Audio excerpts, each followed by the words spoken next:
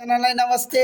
आज हाम्रा विद्यार्थी भाइ बहिनीहरूलाई पाइको मान 22/7 वा 3.14 कसरी हुन्छ भन्ने बारेमा आज म अवधारणा दिन गइरहेको छु। सबैभन्दा पहिला यो कम्पासको सहायताले एउटा वृत्त बनाउने, त्यसपछि त्यो वृत्तको व्यास, सबैभन्दा पहिला यसको व्यास बनाउने र उक्त व्यासको कोरिसकेपछि त्यो व्यास कति सेन्टिमिटरको हो भने यसलाई नाप्ने। यसलाई नापिसकेपछि यो जम्मा तपाईको भयो 10.5। यो 10 पॉइंट डी बराबर कति हुन आयो 10.5 सेन्टिमिटर। त्यसपछि हामी धागोको सहायताले यसको सर्कम्फरेन्स नाप्छौं।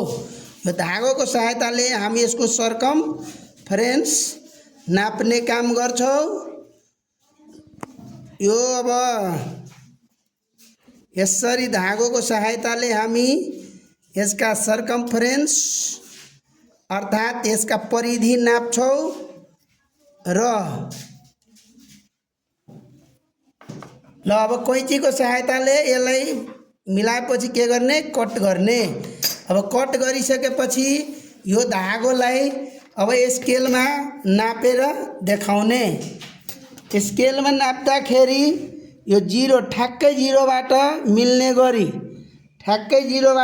गरी यो एकचोटीमा 30 सेन्टिमिटर आयो।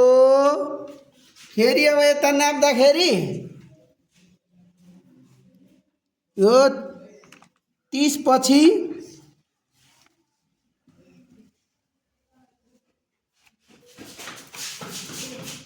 यो 3 सेन्टिमिटर अझै आयो।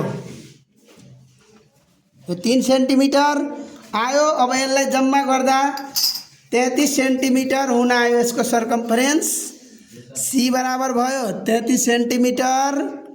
अब पाई बराबर हामीले D by C by D गर्दाखेरि 33 भागा 10.5 गर्दाखेरि पाइको मान 3.14 आउँछ। धन्यवाद।